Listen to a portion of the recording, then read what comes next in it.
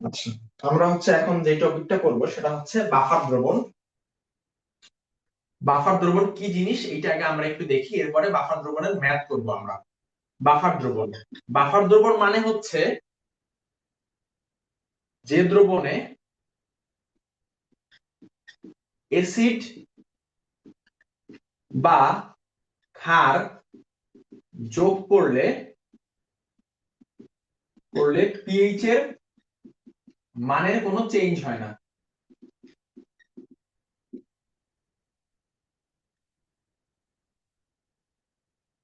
PH এর মানের কোনো চেঞ্জ হয় না। দেখো, আমরা জানি যে পিএইচ যে স্কেল, এখানে 1 থেকে 14 হচ্ছে রেঞ্জ। যদি 1 থেকে 7-এর মধ্যে যদি হয় তাহলে সেটাকে আমরা বলবো অ্যাসিড, এবং 7 থেকে 14-এর মাঝখানে যদি আমার পিএইচটা আসে তাহলে সেটাকে আমরা বলবো হচ্ছে বেস বা ক্ষার। এখন একটু চিন্তা করো, একটা দ্রবণে আমি অ্যাসিড দিছি, স্বাভাবিকভাবেই সেই সেইটার পিএইচ এর মানটা কিন্তু কমার কথা, মানে এই দ্রবণটা অম্লীয় হওয়ার কথা, তাই না? আমি অ্যাসিড দিচ্ছি একটা পাত্রে, তাহলে এই যে দ্রবণ, মানে একটা দ্রবণের ভিতরে আমি অ্যাসিড দিচ্ছি, তাহলে এই দ্রবণটা অ্যাসিডিক হওয়ার কথা বা অম্লীয় হওয়ার কথা। কিন্তু আমি বাফার দ্রবণের বৈশিষ্ট্য হচ্ছে আমি যদি অ্যাসিড দেই তাহলে তার পিএইচ এর মানটা চেঞ্জ হবে না, বা সে অম্লীয় হওয়ার কথা বাট সে অম্লীয় হবে না। এটা বাফার দ্রবণের বৈশিষ্ট্য। আবার একইভাবে একটা দ্রবণে আমি যদি বেস দেই বা ক্ষার দেই, তাহলে এই দ্রবণটা ক্ষারীয় হওয়ার কথা ছিল, বাট বাফার দ্রবণের বৈশিষ্ট্য হচ্ছে আমি এই দ্রবণে যদি বেস দেই বা ক্ষার দেই তাহলে এই দ্রবণটা ক্ষারীয় হবে না। ঠিক আছে? আর ক্ষারীয় না হওয়া বা অ্যাসিডিক না হওয়া, এটার মানে পিএইচ এর কোনো চেঞ্জ হয় নাই, পিএইচ এর মান যা ছিল তাই আছে। দ্রবণের নতুন করে পিএইচ এর মানটা বাড়েও নাই, কমেও নাই। এটাই বাফার দ্রবণের বৈশিষ্ট্য। এখন বাফার দ্রবণ সাধারণত দুই ধরনের হয়, অম্লীয় বাফার আর ক্ষারীয় বাফার। বাফার দ্রবণ সাধারণত দুই ধরনের হয়, অম্লীয় বাফার আর একটা ক্ষারীয় বাফার। ক্ষারীয় বাফার, ক্ষারীয় বাফার দ্রবণ আর কি, যেটা বলো তুমি। আর অম্লীয় বাফার এটা হয় দুর্বল অ্যাসিড, দুর্বল অ্যাসিড প্লাস তার লবণ, এটা দ্বারা তৈরি হয় অম্লীয় বাফার দ্রবণ। দুর্বল অ্যাসিড এবং তার লবণ দ্বারা তৈরি হয় অম্লীয় বাফার দ্রবণ। আর ক্ষারীয় বাফার দ্রবণ তৈরি হয় দুর্বল ক্ষার, দুর্বল ক্ষার প্লাস তার লবণ, এটা দ্বারা তৈরি হয় ক্ষারীয় বাফার। আমরা ফার্স্টে একটু থিওরি দেখি, এরপর আমরা ম্যাথে চলে যাব। আচ্ছা, এখন আমার কথা একটা বাফার দ্রবণে এমন কি বৈশিষ্ট্য থাকে যে বাফার দ্রবণে আমি বাইরে থেকে অ্যাসিড বা বাইরে থেকে যদি বেস যোগ করি তাহলে তার পিএইচ এর মানটা চেঞ্জ হয় না? এটার জন্য আমরা একটু দেখব। দেখো, অম্লীয় বাফার বলছে দুর্বল অ্যাসিড আর তার লবণ। তাহলে অম্লীয় বাফার যদি করতে চাই, বা আমি যদি একটা অম্লীয় বাফার দ্রবণ বানাতে চাই, অম্লীয় বাফার দ্রবণ, তাহলে আমার দুর্বল অ্যাসিড লাগবে এবং তার লবণ লাগবে। দেখো, দুর্বল অ্যাসিড মানে CH3COOH, সব মানে এই জৈব কার্বক্সিলিক অ্যাসিডটা দুর্বল অ্যাসিড, এবং তার লবণ মানে এইটার লবণ, এইটার লবণ কি? CH3COONA, এটা তার লবণ। দুর্বল অ্যাসিড এবং তার লবণ, এই দুইটা মিক্স করে আমি যা পাবো ওইটাই বাফার দ্রবণ।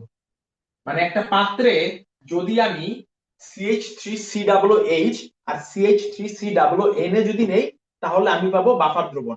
আর এই বাফার দ্রবণটা অম্লীয় বাফার দ্রবণ বলে এইটাকে। দেখো, এইখানে লিখছি অম্লীয় বাফার দ্রবণ, দুর্বল অ্যাসিড আর তার লবণ যদি কোনো একটা পাত্রে নেই তাহলে সেটা হবে অম্লীয় বাফার দ্রবণ। এখন আমরা একটু দেখি অম্লীয় বাফার দ্রবণ দিয়েই দেখি যে বাফার দ্রবণের কি এমন বৈশিষ্ট্য যে বাফার দ্রবণে আমি অ্যাসিড বা বেস যাই যোগ করি না কেন তার পিএইচ এর মানটা চেঞ্জ হয় না। একটু দেখি। আচ্ছা, তাহলে একটা পাত্রে আমি ধরে নাও CH3COOH নিচ্ছি, আর এই যে লবণটা এটাও নিচ্ছি CH3COONA, এই দুটো জিনিস আমি একটা পাত্রে নিচ্ছি, আশা করি দেখা যাচ্ছে। আচ্ছা, দেখো, আমি একটা পাত্রে যদি এই দুইটা জিনিস নেই তারা তো বসে থাকবে না, তারা অবশ্যই বিয়োজিত হবে। আর বিয়োজিত কিভাবে হবে? দেখো, CH3COOH এটা বিয়োজিত হয়ে হবে CH3COO minus plus H plus, দেখো এই দুইটা মিলে কিন্তু আবার সিএইচ থ্রি সি ডাবল এইচই কিন্তু হয়। সিএইচ থ্রি মানে আলাদা হয়ে গেছে, প্লাস আর নেগেটিভ এই দুইটা জিনিস হচ্ছে আলাদা হয়ে গেছে। সিএইচ থ্রি সি ডাবল এটা কি হচ্ছে মাইনাস, আর এইচ এর হচ্ছে প্লাস। গেল। এর পরেরটা আমি একটু দেখি। আমি সেই লবণটা নিছি, দুর্বল অ্যাসিড এবং তার লবণ, এটা হচ্ছে দুর্বল অ্যাসিড এবং এটা হচ্ছে দুর্বল অ্যাসিডের লবণ। এই যে দুর্বল অ্যাসিডের লবণ আমি নিছি একটা পাত্রে। আচ্ছা, যদি নেই তাহলে তারা হচ্ছে, এটা হচ্ছে বিয়োজিত হবে। বিয়োজিত হলে হবে হচ্ছে C H three C double O minus plus N A. এখন আমি ধরে নেই এটা হচ্ছে আমার একটা পাত্র, যেই পাত্রে আমি হচ্ছে শুরু মানে C H three C double H আর C H three C double N A নিছি। এটা হচ্ছে দুর্বল অ্যাসিড, এটা হচ্ছে দুর্বল অ্যাসিডের লবণ, মানে আমি যে অ্যাসিডটা নিছি তার হচ্ছে লবণ CH3COONA। আচ্ছা, এখন যেহেতু পাত্রে নিছি তারা অবশ্যই বিয়োজিত হবে, তো নরমালি তারা বিয়োজিত হইছে। আচ্ছা, এখন আমি এই পাত্রে অ্যাসিড দিব, দেখি অ্যাসিড দিলে পিএইচ এর মানটা চেঞ্জ হওয়ার কথা, বাট বাফার দ্রবণের কি এমন বৈশিষ্ট্য যে পিএইচ এর মানটা চেঞ্জ হচ্ছে না?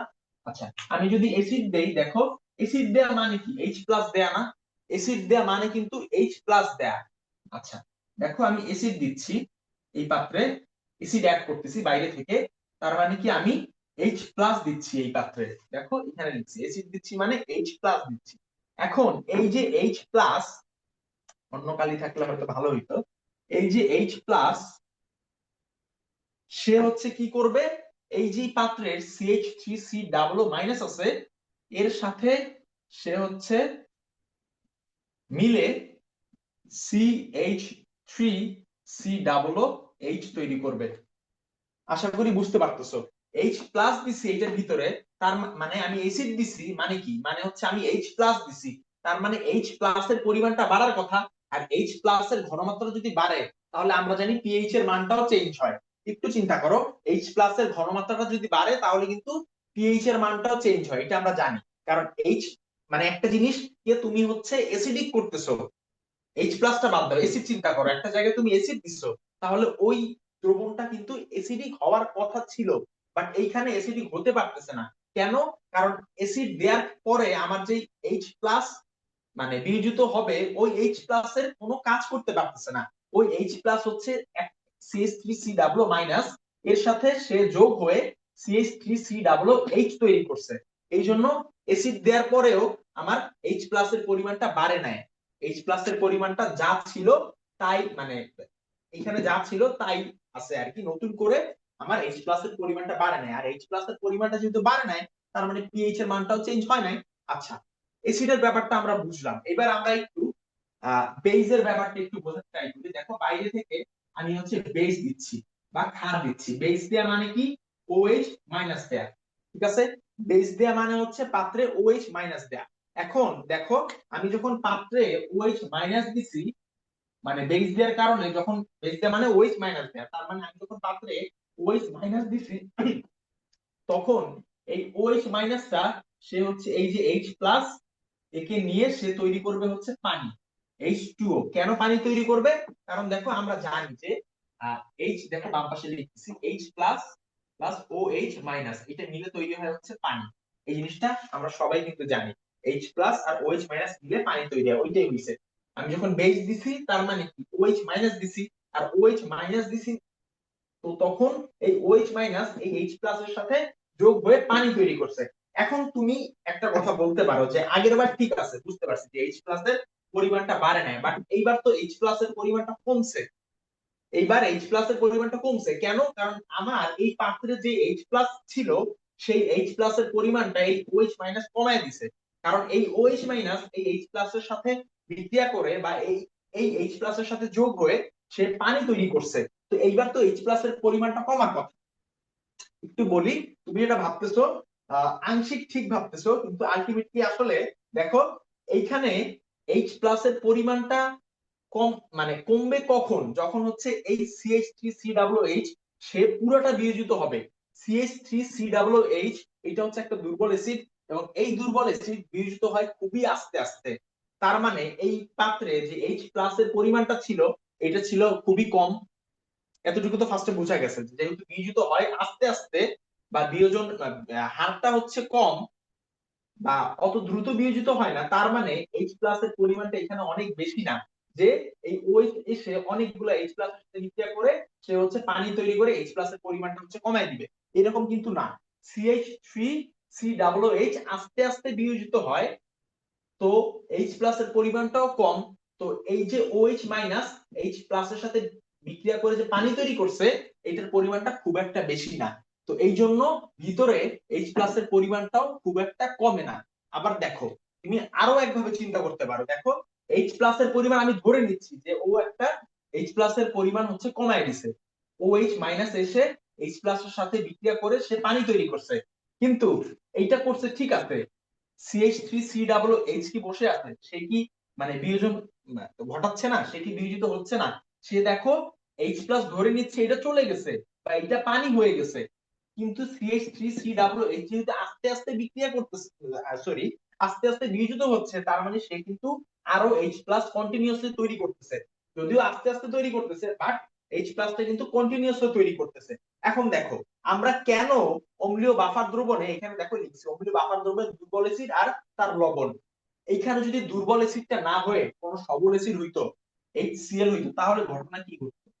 HCl যদি হইতো, আমরা জানি যে HCl হচ্ছে এটা সবল অ্যাসিড বা সক্রিয় কি বলে শক্তিশালী অ্যাসিড, তাহলে সে খুব ফাস্ট H প্লাস আর Cl মাইনাস হচ্ছে সে তৈরি করে, মানে তার এই যে H প্লাস তৈরি করার ক্ষমতা এটা হচ্ছে অনেক বেশি, এবং সে একদম শুরুতেই তার যত বিয়োজনের ক্ষমতা আছে সে পুরোটা দিয়ে হচ্ছে এই H প্লাস কে সে মুক্ত করে তার নিজের HCl, কিন্তু CH3COOH এটা করে না। দেখো যদি এইখানে HCl থাকতো তাহলে এই যে H প্লাস তো পুরোটাই বিয়োজিত হয়ে গেছে, যেহেতু HCl সক্রিয় সবল অ্যাসিড, তো তখন তুমি এটা বলতে পারতা যে OH মাইনাস এখানে অনেক H প্লাস আছে, so OH minus H plus এর সাথে বিক্রিয়া করে একটা সিগনিফিকেন্ট অ্যামাউন্ট হচ্ছে H প্লাস এর পরিমাণ কমায় ফেলে, এটা তুমি সবল অ্যাসিডের ক্ষেত্রে বলতে পারতা, বাট এইখানে তুমি এটা বলতে পারো না।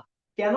কারণ এটা হচ্ছে একটা দুর্বল অ্যাসিড, এটা বিয়োজিত হয় আস্তে আস্তে, তার মানে H প্লাস এর পরিমাণটা কম, এটা হচ্ছে নাম্বার এক।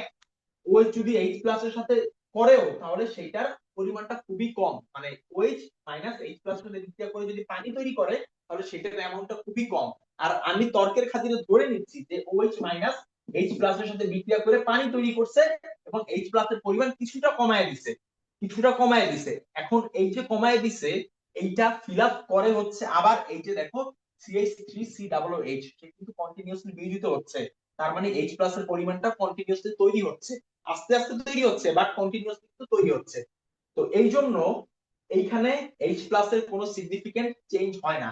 আর H প্লাস এর যদি সিগনিফিকেন্ট কোনো চেঞ্জ না হয় তাহলে কিন্তু এইটার মানে এই পাত্রের, আমি তো এটাকে একটা পাত্র ধরছি তাই না, তাহলে এই পাত্রের কোনো পিএইচ এর কোনো সিগনিফিকেন্ট চেঞ্জও আমার হবে না।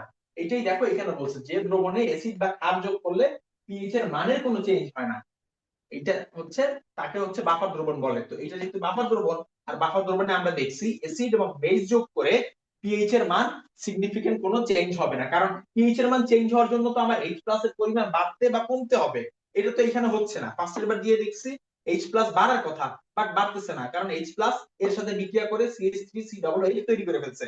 আর পরের বার দেখো বেস দিছি, বেস দেওয়ার পরে আমার এই OH মাইনাস H প্লাস এর সাথে বিক্রিয়া করে পানি তৈরি করছে, এইবার H প্লাস কমার কথা বাট কমে নাই কেন?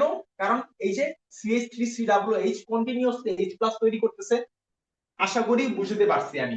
আচ্ছা, এখন তো বাফার দ্রবণে কেন হচ্ছে অ্যাসিড বা ক্ষার যোগ করলে পিএইচ এর মানের কোনো চেঞ্জ হয় না, এটা আশা করি সবাই বুঝতে পারছো। তো এখন আমরা হচ্ছে দেখবো যে কয় ভাবে হচ্ছে বাফার দ্রবণ তৈরি করা যায়। বাফার দ্রবণ সাধারণত 4 ভাবে তৈরি করা যায়, ঠিক আছে? তো ওই 4 ভাবে আমরা একটু লিখি লাস্টে, মানে 4 নাম্বারটা হচ্ছে আমাদের খুব একটা ইম্পর্টেন্ট না, আর 4 নাম্বারটা এখন বুঝালেও তুমি বুঝবে না, কারণ হচ্ছে আমরা সেকেন্ড পার্টের চ্যাপ্টার 3 সম্ভবত চ্যাপ্টার 3 আমরা করি নাই, চ্যাপ্টার 3 করলে ওইটা বুঝবে। যাই হোক আমি হচ্ছে ফার্স্টে একটু দেখি বাফার দ্রবণ কয় ভাবে তৈরি করা যায়, একটু লিখি এখানে। বাফার দ্রবণ 4 ভাবে তৈরি করা যায়, তৈরি করা যায় কি কি? 1 নাম্বার হচ্ছে দুর্বল অ্যাসিড, দুর্বল অ্যাসিড প্লাস তার লবণ, দুর্বল অ্যাসিড কি CH3COOH প্লাস তার লবণ হচ্ছে CH3COONA। এটা হইছে একটা বাফার দ্রবণ। বাফার দ্রবণ, আশা করি এটা বুঝছো। আচ্ছা, এক নাম্বারটা আমরা বুঝলাম, এবার সেকেন্ডটা আমরা একটু দেখি। সেকেন্ডটা হবে হচ্ছে দুর্বল ক্ষার ও তার লবণ। দুর্বল ক্ষার প্লাস তার লবণ। জিনিসগুলো একটু কঠিন লাগতে পারে, তুমি যখন আস্তে আস্তে যখন নিজে যখন একটু টাইম দিয়ে পড়বা বা একটু ম্যাথ করবা তখন হচ্ছে দেখবে এই জিনিসগুলো খুব ইজি, অত আমরি কঠিন না। দুর্বল ক্ষার প্লাস তার লবণ। এখন দেখো দুর্বল ক্ষার কি, আমরা জানি এখন তুমি যদি বলো সোডিয়াম হাইড্রোক্সাইড, সোডিয়াম হাইড্রোক্সাইড কিন্তু বলতেই পারো, যেহেতু তুমি জানো না বলা তো কোনো অপরাধ না, তাই না? সোডিয়াম হাইড্রোক্সাইড এটা কিন্তু দুর্বল কোনো ক্ষার না, এটা হচ্ছে শক্তিশালী ক্ষার সোডিয়াম হাইড্রোক্সাইড। পটাশিয়াম হাইড্রোক্সাইড এগুলো হচ্ছে শক্তিশালী ক্ষার। এগুলোর সাথে আস্তে আস্তে এমনি নিজে পরিচিত হয়ে যাবা, এটা মুখস্থ করার বা তোমার কি করার কোনো কারণ নেই। দেখো দুর্বল ক্ষার হচ্ছে ammonium hydroxide NH4OH। Ammonium hydroxide কেন দুর্বল ক্ষার বলতেছি, কারণ এইখানে OH দেওয়ার ক্ষমতাটা তার হচ্ছে কম, সে হচ্ছে খুব স্লোলি দেয় OH-টা, জলীয় দ্রবণে OH-টা সে হচ্ছে খুব স্লোলি দেয়, এটা হচ্ছে দুর্বল ক্ষার। বা সে বিয়োজিত হয়ে OH-টা হচ্ছে খুব স্লোলি দেয়, এই জন্য এটাকে দুর্বল ক্ষার বলতেছি। আবার একই ভাবে CH3COOH এটাকে কেন দুর্বল অ্যাসিড বলতেছি, কারণ সে বিয়োজিত হয়ে H+টা খুব স্লোলি দেয়, ঠিক আছে? আচ্ছা, দুর্বল ক্ষার প্লাস তার লবণ, লবণটা কি হবে NH4Cl। আশা করি বুঝছো, NH4Cl এটা হচ্ছে তার লবণ, আর এটা হচ্ছে তার মানে দুর্বল ক্ষার, আর এটা হচ্ছে দুর্বল ক্ষারের লবণ NH4Cl। তো এইখান থেকে যদি তুমি মানে যেটা পাবা সেটা হচ্ছে বাফার দ্রবণ, মানে এই দুটো জিনিস নিয়েও তুমি হচ্ছে বাফার দ্রবণ পেতে পারো, বাফার দ্রবণ। আচ্ছা, এখন আমরা দেখব হচ্ছে 3 নাম্বার কেস। আমি নিচে লিখতে আমার একটু কষ্ট হয়, তো আমি হচ্ছে এই দুইটা মুছে দিচ্ছি, 1 আর 2 আশা করি হচ্ছে তুলছো। আমি হচ্ছে এখন 3 নাম্বারটা এই দুইটা হচ্ছে মুছে আমি হচ্ছে উপরে লিখবো। আচ্ছা, আমার কি এটা কি ঠিক আছে? দাঁড়াও আমি একটু রিচেক দিই। হ্যাঁ, সব ঠিক আছে। আহ বাফার দ্রবণ তৈরি করা যায় 4 ভাবে, হ্যাঁ ঠিক আছে। আচ্ছা,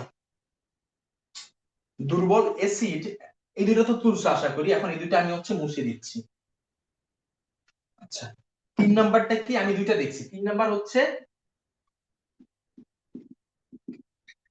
দুর্বল অ্যাসিড প্লাস দুর্বল ক্ষার,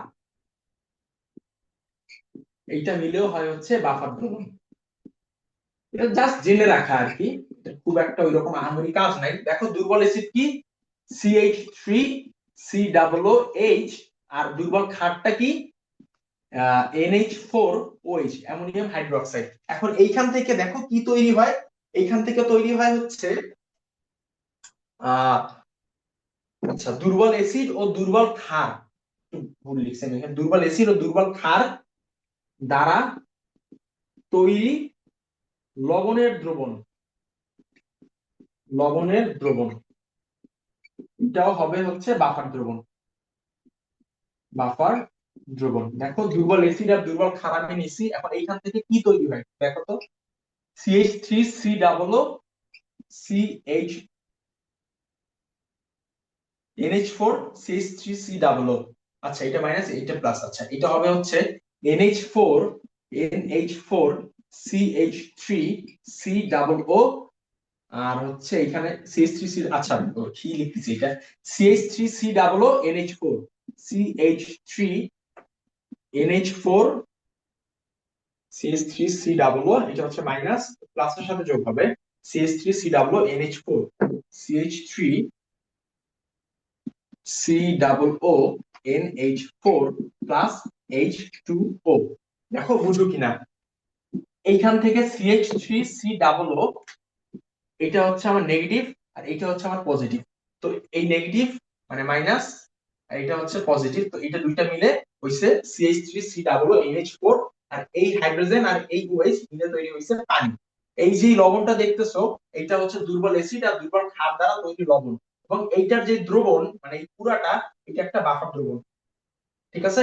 এইটা হচ্ছে আমার 3 নাম্বার কেস, যে 3 নাম্বারে আমি কি করছি, একটা দুর্বল অ্যাসিড নিছি, এবং একটা দুর্বল ক্ষার নিছি, এবং এইটা নেয়ার পরে আমি যে লবণটা পাইছি, এই লবণের যে দ্রবণ, ওইটা হচ্ছে আমার বাফার দ্রবণ। আশা করি বুঝছো। আর এইটার একটা নাম আছে, এটার নামটা হচ্ছে অ্যামোনিয়াম ইথানয়েড। অ্যামোনিয়াম ইথানয়েড যদি লিখি, অ্যামোনিয়াম ইথানয়েড, ইথানয়েড।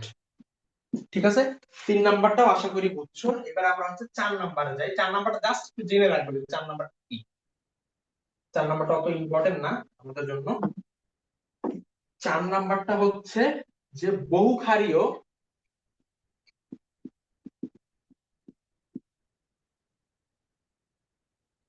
বহুক্ষারীয় হচ্ছে দুটি অ্যাসিডের মিশ্রণ। এখন বহুক্ষারীয় কি জিনিস এটা আমাদের আপাতত এখন জানার দরকার নেই, আমরা যখন বহুক্ষারীয় জিনিসপাতি পড়বো তখন হচ্ছে জানবো। বহুক্ষারীয় দুটি কি বলে, দুটি দ্রবণের, আচ্ছা বহুক্ষারীয় দুটি কি বলে এটাকে, দুটি অ্যাসিডের মিশ্রণ, দুটি অ্যাসিডের মিশ্রণ। শেষ, এতটুকু জাস্ট জানো যে 4 নাম্বারটা হচ্ছে বহুক্ষারীয় দুটি অ্যাসিডের মিশ্রণ। ঠিক আছে। আচ্ছা, বহুক্ষারীয় কি জিনিস এটা হচ্ছে একটু পরে, মানে একটু পরে না, মানে আমরা হচ্ছে যখন সেকেন্ড পার্টে চ্যাপ্টার 3 করব তখন হচ্ছে আমরা জানবো। এই 4টা জিনিস জাস্ট একটু জেনে রাখো যে বহুক্ষারীয় দুটি অ্যাসিডের মিশ্রণ, এটা দ্বারাও বাফার দ্রবণ তৈরি করা যায়। তার মানে আমরা কি দেখলাম, বাফার দ্রবণ 4 ভাবে তৈরি করা যায়। ঠিক আছে। তো এখন আমরা একটা ইকুয়েশন দেখবো, এগুলো মুছে দিচ্ছি। বাফার দ্রবণের ক্ষেত্রেই হচ্ছে একটা ইকুয়েশন দেখবো। সেই ইকুয়েশনটা হচ্ছে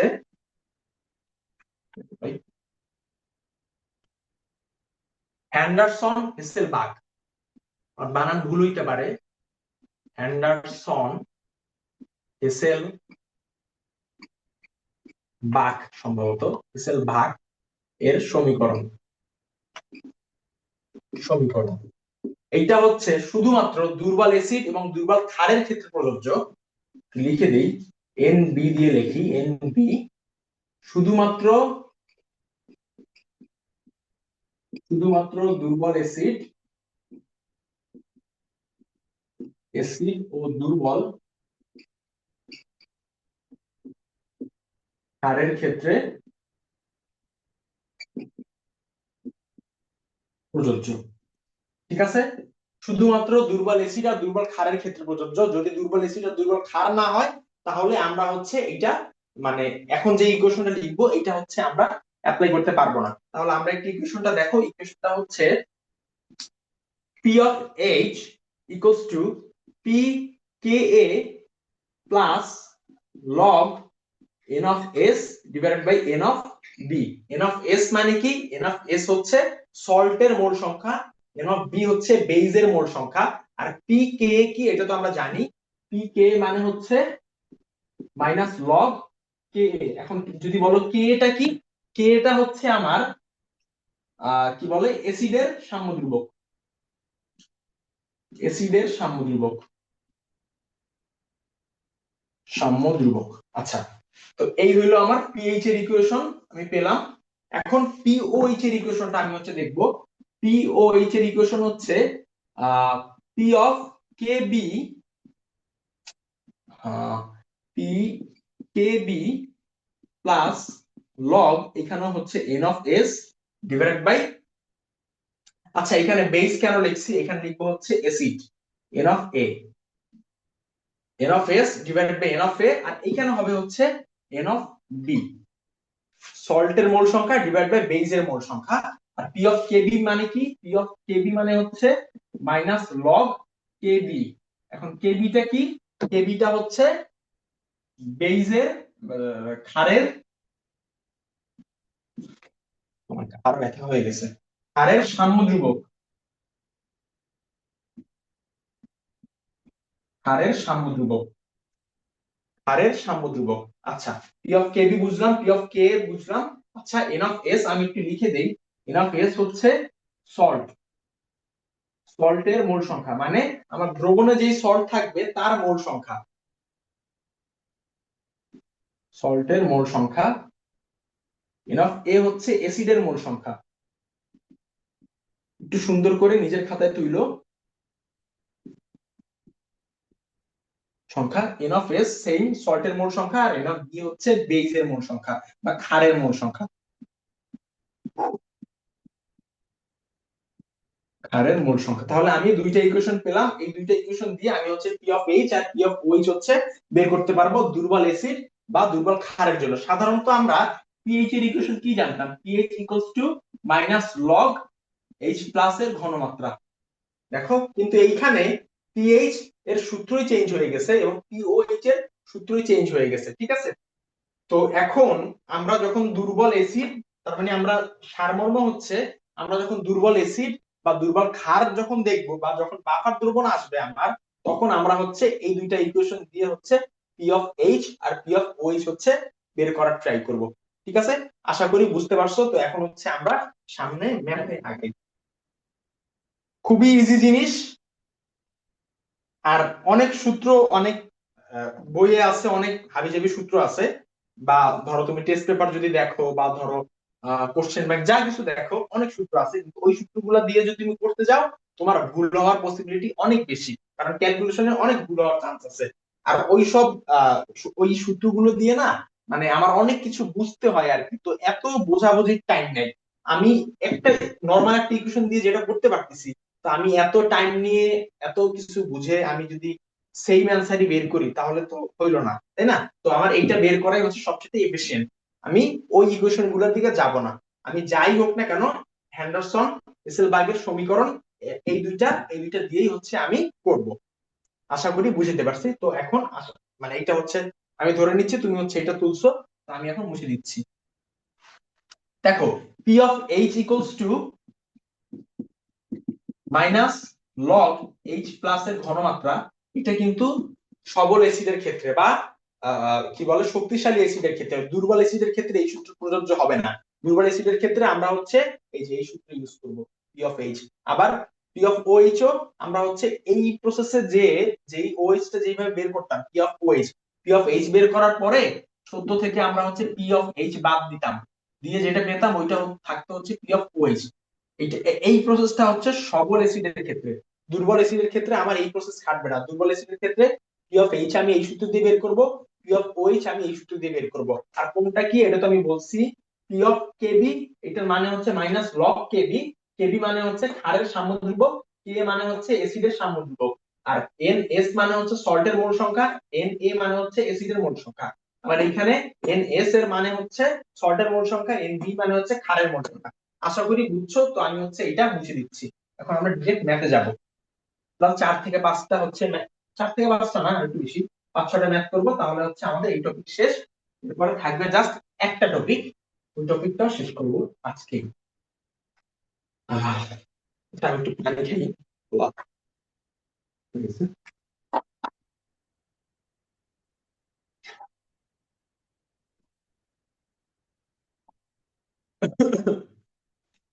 আচ্ছা, আমার কাছে কিছু ম্যাথ আছে, ম্যাথ গুলো দেখি। তোমার ফার্স্টে একদম ইজি একটা ম্যাথ দিয়ে আমরা শুরু করব। কি বলছে, 25 ডিগ্রি সেন্টিগ্রেড তাপমাত্রায়, কালি শেষের পথে সম্ভবত, 25 ডিগ্রি সেন্টিগ্রেড তাপমাত্রায় তাপমাত্রায় 0.5 মোলার। আচ্ছা, এখন কথা হচ্ছে তুমি কিভাবে বুঝবা যে এটা কি একটা বাফার দ্রবণ নাকি বাফার দ্রবণ না? দেখো আমরা কিন্তু এই জন্যই শিখছি বাফার দ্রবণ কিভাবে তৈরি করা যায়, কি কি হইলে বাফার মানে কি কি দ্বারা বাফার দ্রবণ তৈরি হয়। তো তুমি যদি ওই জিনিসগুলো দেখো, দুর্বল অ্যাসিড, দুর্বল ক্ষার, বা দুর্বল অ্যাসিড এবং তার লবণ, দুর্বল ক্ষার এবং তার লবণ, এই জিনিসগুলো যদি তুমি দেখো তাহলে তুমি এমনিই বুঝবা যে এটা হচ্ছে একটা বাফার দ্রবণ। তো তখন আর তোমাকে নতুন করে বলে দেওয়ার কিছু নাই বা এটা নিয়ে ঘাবড়ানোর কিছু নাই যে আমি কিভাবে বুঝবো যে এটা একটা বাফার দ্রবণের ম্যাথ। তাহলে আমরা ম্যাথটা একটু করি। 25 ডিগ্রি সেন্টিগ্রেড তাপমাত্রায় 0.5 মোলার CH3COOH, CH3COOH ও 0.015 মোলার CH3COONA এর মিশ্রণের পিএইচ কত? আচ্ছা, এর মিশ্রণের পিএইচ কত, পিএইচ কত আমাকে সাইড ব্র্যাকেটে বলে দিছে যে অ্যাসিটিক অ্যাসিডের কে এ, আচ্ছা আমাকে বলছে যে অ্যাসিডের কে মানে কে মানে তো অ্যাসিডেরই হবে, K equals to 1.8 into 10 to the power minus 5, এটা আমাকে বলে দিছে আমাকে বের করতে হবে। একটু দেখো, আমি এটা দেখেই বুঝতেছি যে এটা হচ্ছে একটা বাফার দ্রবণের ম্যাপ। কেন? কারণ CH3COOH এটা কি? এটা হচ্ছে দুর্বল অ্যাসিড। CH3COONA এটা কি? এটা হচ্ছে দুর্বল অ্যাসিডের লবণ।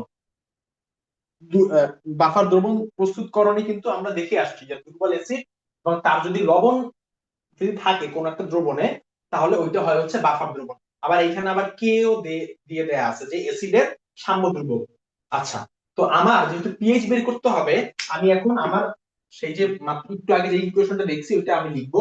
PH equals to P of K A plus log N of S divided by N of A. যেহেতু অ্যাসিড নিয়ে কাজ করতেছি, অ্যাসিডেরই তো পি অফ এইচ থাকা মানে অ্যাসিডের ক্ষেত্রে পি অফ এইচ আর বেইজের ক্ষেত্রে পি অফ ওএইচ আমরা হচ্ছে বের করি। আচ্ছা, তো এই সূত্রে পি অফ কে মানে হচ্ছে minus log K plus log N S divided by N A. দেখো এন এস টা আমার বের করতে হবে। আচ্ছা, এন এস বের করার জন্য আমার কি দেয়া আছে? 0.5 এম দিছে নাকি মোল দিছে? আচ্ছা, 0.5 এম ই দিছে। আচ্ছা দেখ, এত মোলার এর মিশ্রণের পিএইচ টা আমার কত? আচ্ছা, আমি দেখো আমার এখন মোল সংখ্যার এইখানে আমার দেয়া আছে ঘনমাত্রা। দেখো দেয়া আছে ঘনমাত্রা, আমার মোল সংখ্যা বের করতে হবে। আমরা কি জানি? S equals to n divided by v না? দেখো পাত্রের আয়তন কিন্তু চেঞ্জ হয় না, একটু বুঝো, পাত্রের আয়তন চেঞ্জ হয় না। তাহলে মোল সংখ্যা কি লেখা যায়? n equals to s into v লেখা যায় না? মোল সংখ্যা equals to s into v। তাহলে n অফ s হবে হচ্ছে n অফ s হবে হচ্ছে s of s into v। পাত্রের আয়তন যেহেতু চেঞ্জ হয় না, তো এটা লিখতেই পারি। আবার n অফ কি অ্যাসিড লেখা যায় হচ্ছে s of acid into v। আচ্ছা, এখন আমি এগুলো সব হচ্ছে এখানে বসাবো। দেখো কি করছি, s equals to n divided by v। এখান থেকে আমরা জানি n equals to s into v। তো n s সল্টের মোল সংখ্যা ইকুয়ালস টু সল্টের মোলার বা সল্টের ঘনমাত্রা ইনটু পাত্রের আয়তন। এন এ ইকুয়ালস টু সল্টের কি বলে ঘনমাত্রা, sorry, N A equals to অ্যাসিডের ঘনমাত্রা ইনটু পাত্রের আয়তন। দেখো পুরো জিনিসটা কিন্তু একটা পাত্রে আছে, সো আমি যে আয়তনটা বসাবো ওইটা হচ্ছে পাত্রের আয়তন, যেটা চেঞ্জ হয় না। তো দুই ক্ষেত্রেই আমার আয়তনটা ভি থাকবে। আচ্ছা, আমরা একটু এটা করি। মাইনাস লগ কে এর মানটা কত? কে এর মানটা বলছে 1.8 into 10 to the power minus 5 plus log, দেখো এন এস, এন এস এর জায়গায় আমি বসাতে পারি এস এস ইনটু ভি, আর এন এর জায়গায় আমি বসাতে পারি এস এ ইনটু ভি। দেখো ভি ভি ক্যান্সেলড আউট। এখন আমি জাস্ট এস এস আর এস এর মান বসাবো। দেখো অ্যাসিডের আমার ঘনমাত্রা দেয়া আছে, এস এ দেয়া আছে হচ্ছে 0.5 মোলার, আর এস অফ এস মানে সল্টের ঘনমাত্রা দেয়া আছে 0.015, 0.015 মোলার। আচ্ছা, এখন আমি যদি করি তাহলে দেখো তো কি আসে? Minus log 1.8 into 10 to the power minus 5 plus log, দেখো সল্টের ঘনমাত্রা হচ্ছে 0.015 আর অ্যাসিডের ঘনমাত্রা 0.5। তো এখন এটাকে যদি আমি ক্যালকুলেট করি তাহলে আসবে হচ্ছে আমার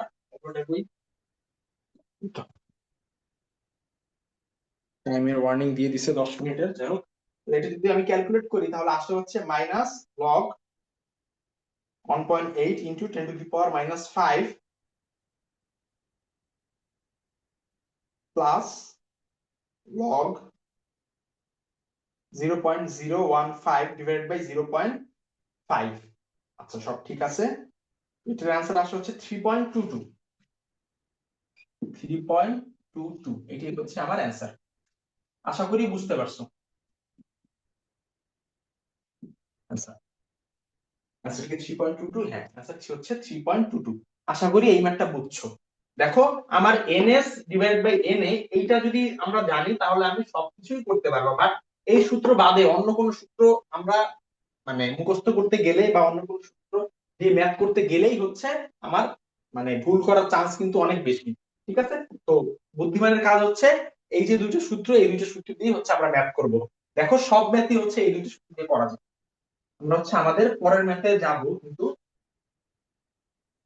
ভিডিওটা ক্লোজ করে দেই যেহেতু 10 মিনিটের কম টাইম আছে।